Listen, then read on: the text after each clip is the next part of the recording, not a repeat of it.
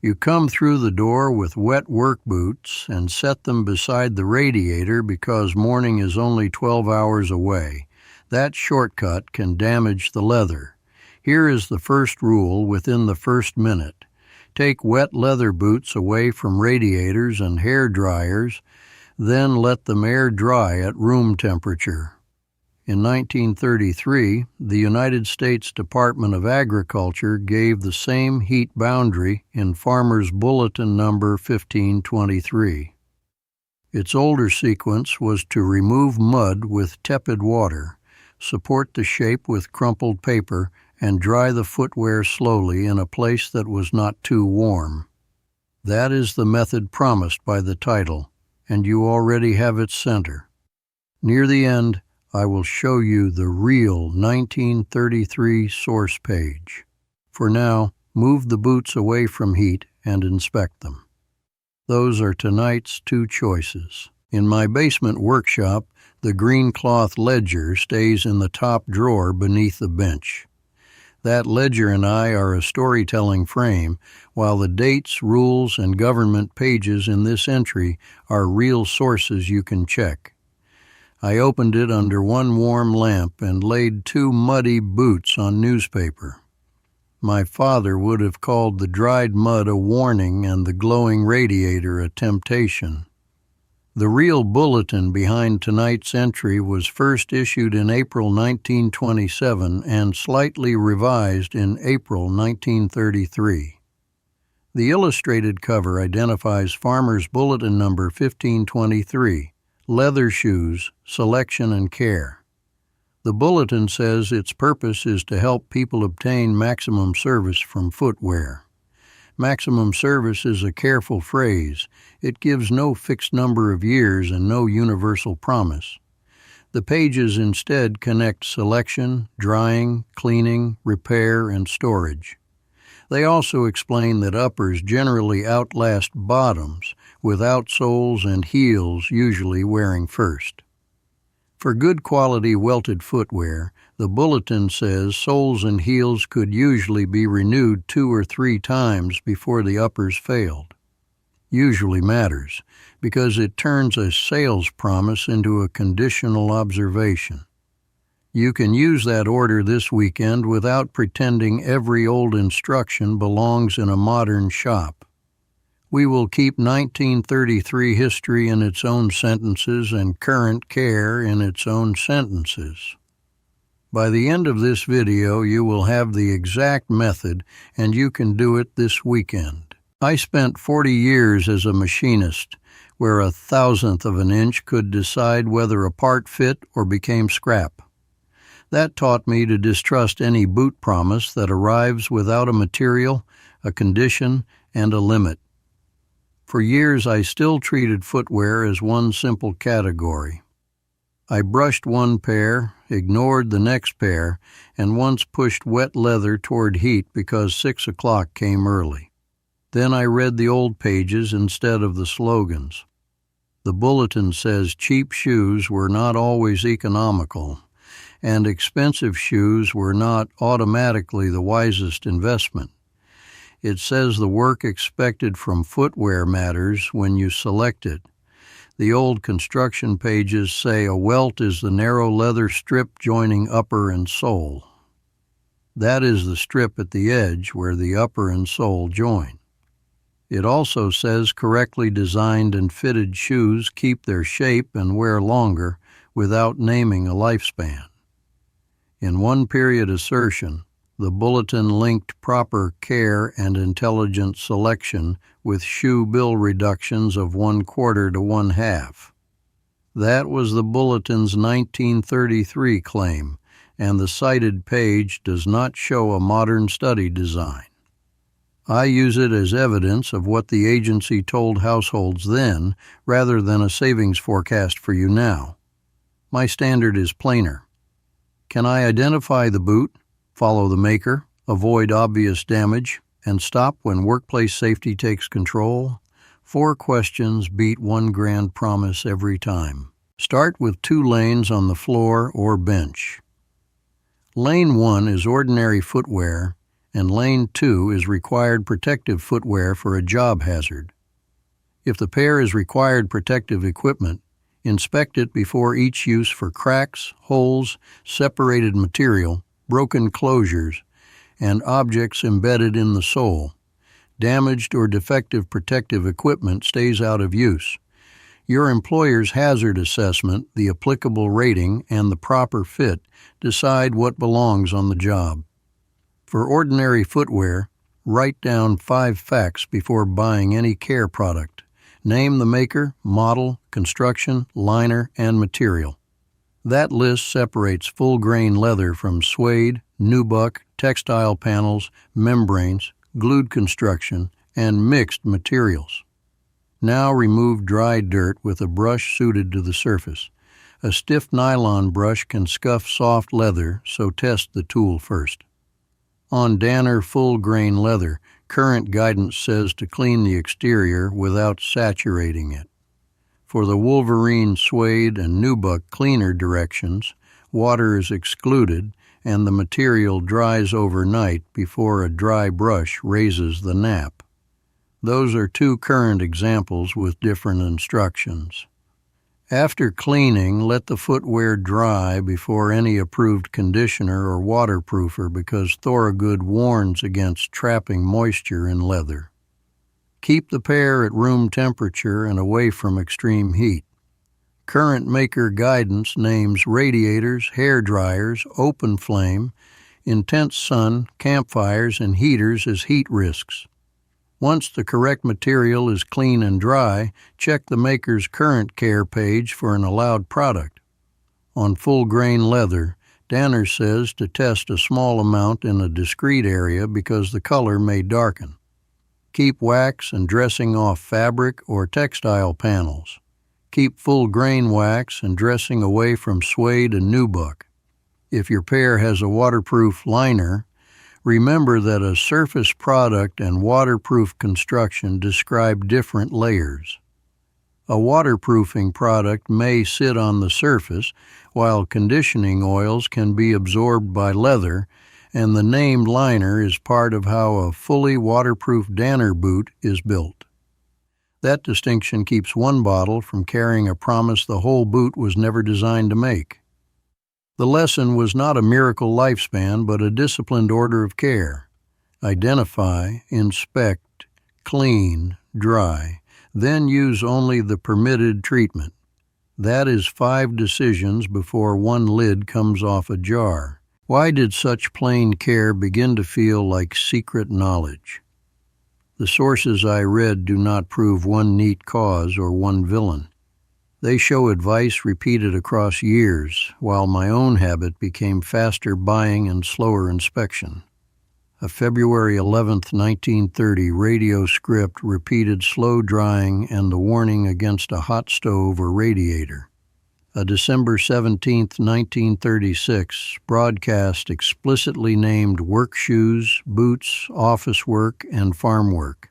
An October 1, 1936 Home Garden news sheet discussed waterproofing boots and shoes, while setting limits on what treated footwear could do. That sequence tells me the knowledge was public, practical, and repeated. It does not tell me exactly why any household stopped following it. A public bulletin proves publication, while a radio script proves another public message. Neither one measures how many families listened, obeyed, forgot, or changed their buying habits. My explanation is personal. Convenience made inspection feel old-fashioned, and replacement hid the cost of neglect until the next receipt arrived. It is arithmetic, plain and quiet. A careful look can catch a loose stitch before normal wear becomes greater damage.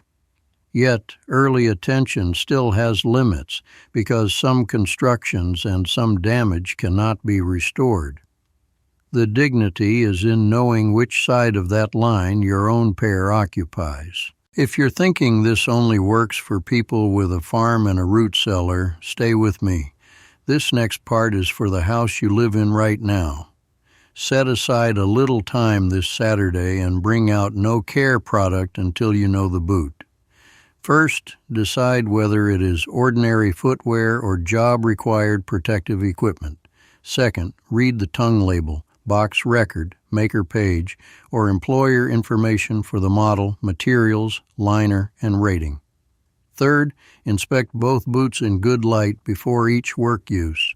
Look for cracks, holes, separated layers, broken laces or buckles, and anything driven into the sole.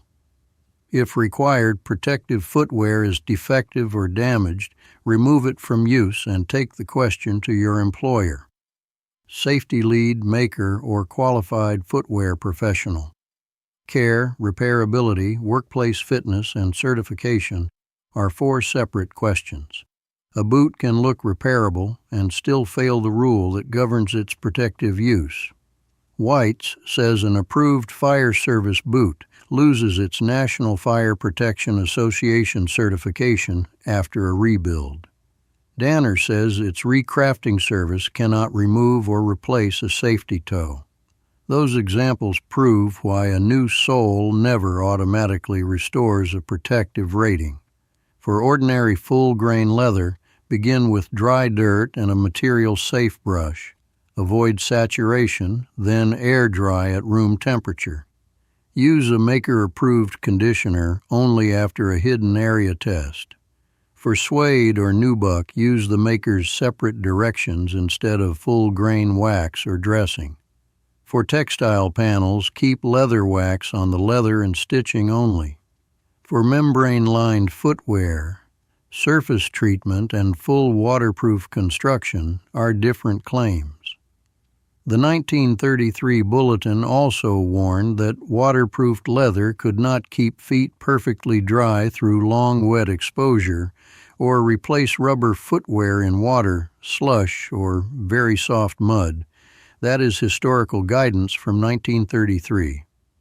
Current product claims still depend on the exact maker, model, liner, condition, and intended hazard. Here is where the method fails.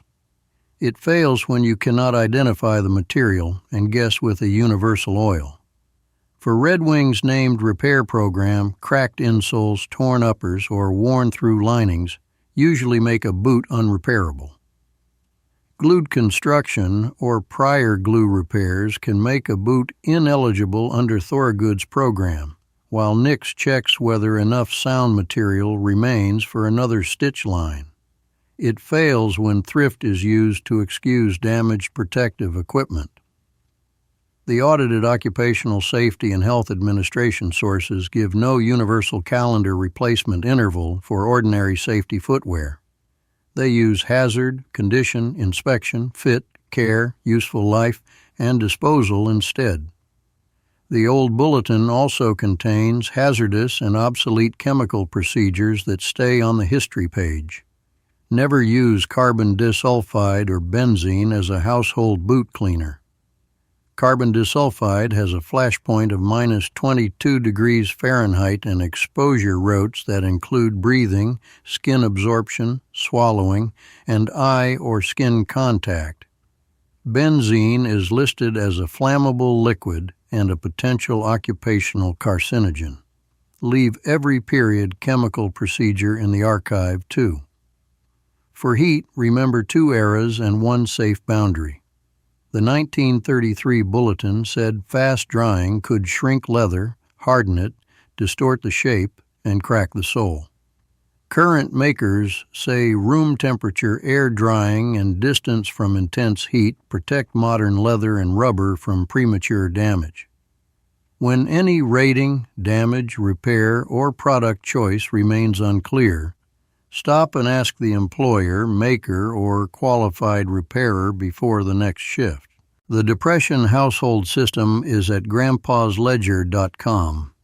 It is 74 printable pages with 30 recipes, 52 Saturday actions, and reusable worksheets. It is $17 once with no subscription. That is one plain price for 4 practical parts. It gives the household one place to turn problems into Saturday entries.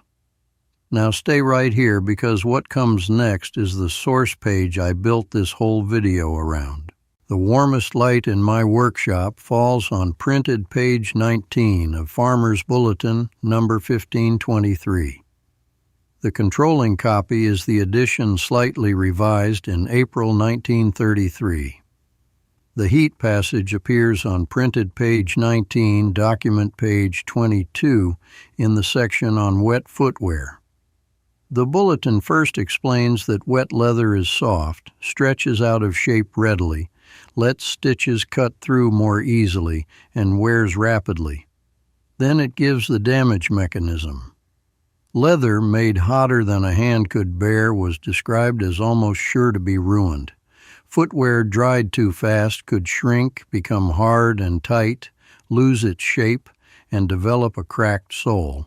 Then comes the older household sequence.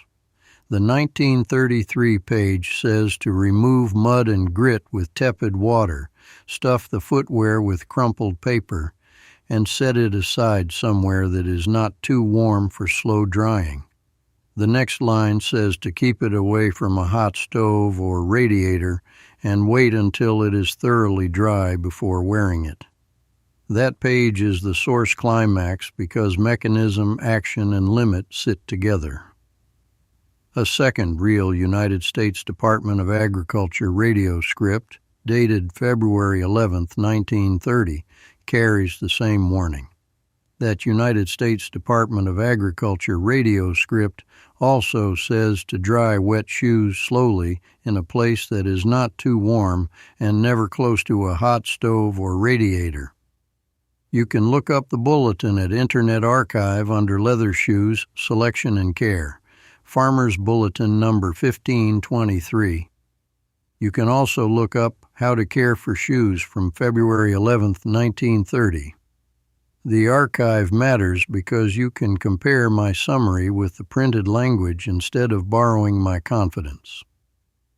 One page gives the 1933 revision, and another gives the full heat passage on printed page 19. Now place those old pages beside current guidance. Red Wing says air dry at room temperature and avoid radiators or hair dryers. Danner says extreme heat can prematurely damage leather and rubber. White's names campfires, radiators, and heaters as intense heat that can cook and damage wet leather. 3 current examples reinforce the same boundary without making every product instruction identical. The old page supplies the lesson, while the maker of your exact boot supplies the present product rule. I close the archive scan, turn off the one work lamp, and leave the boots where room air can do patient work. There is a quiet satisfaction in seeing a wet pair of boots and knowing the next right move. You do not need a miracle claim or a shelf of mystery products. You need the material, the condition, the rating when one applies, and the patience to keep heat away. The old bulletin said care may extend boot and shoe life. For a modern pair, the maker's material rules control what care is appropriate. For protective footwear, workplace fitness and certification remain separate from repairability. Those are 2 ledgers, household thrift and worker safety, and neither erases the other. A careful owner can value an old pair and still retire it from hazardous work when condition or certification requires that choice. A qualified repairer may preserve ordinary service when the construction and remaining material permit it. That measured judgment is the competence I want you to carry into the next Saturday.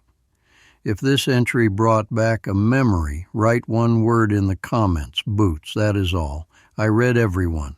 Could a carefully planned 1/8 acre depression garden really feed a family? This is not a channel. It is a family ledger, reopened, one entry at a time. Subscribe if you want to help recover entry number 9, then number 10, with every source left visible.